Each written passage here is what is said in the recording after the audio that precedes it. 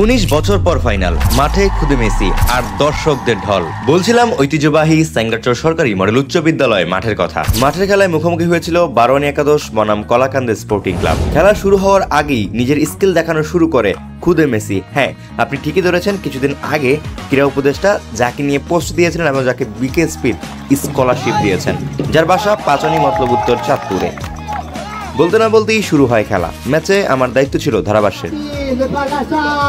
আরেকটা কথা, আজকে আমাদের ভিডিওর স্পন্সর হাসাজানা।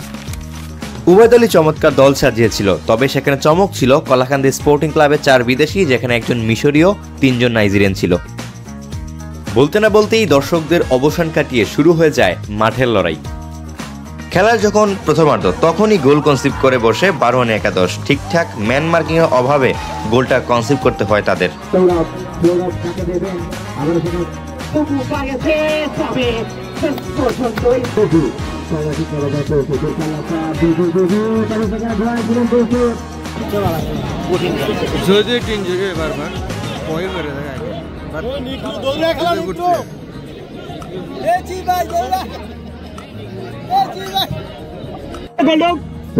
ছোট করে দাঁড়িয়েছেন, তবে ভুল পাশে বলতে গেছে কলাকান্দা। তারপরে রাহিম সেখানে দাঁড়িয়েছেন, কাটতে পারলেন না। আক্রমণ কলাকান্দা স্পোর্টিং ক্লাব। নেশাল সাকিব বাড়িয়েছেন মেসি মেহেদির উদ্দেশ্যে।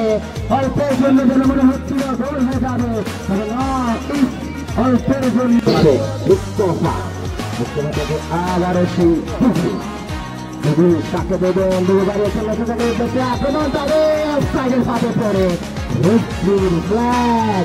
অভিজ্ঞতা মোহাম্মদ হারুন 90 হয়ে যাওয়া সৌদিয়া টুর্নামেন্টে কিন্তু দারুণ একটা কামব্যাক করেছিল ওই বারোয়ানি কিংস ইলেভেনের বিপক্ষে, যেখানে 2-0 বারোয়ানি পিছিয়ে থেকে শেষ পর্যন্ত কামব্যাকটা হয়েছিল।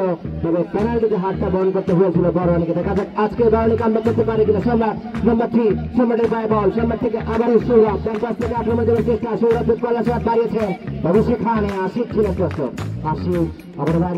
শেষ পর্যন্ত কোনো দলই গোল করতে পারেনি, যার কারণে ফলাফল 1-0 জয়টা পায় কলাকান্দা স্পোর্টিং ক্লাব। আর হ্যাঁ, যে কোনো ধরনের প্রিমিয়াম স্নিকার্স, লাইটস কিংবা রানিং শুজের জন্য আপনারা চলে যেতে পারেন হাসাজানার ফেসবুক পেজে। One of the best sneakers and outfit brand in Bangladesh.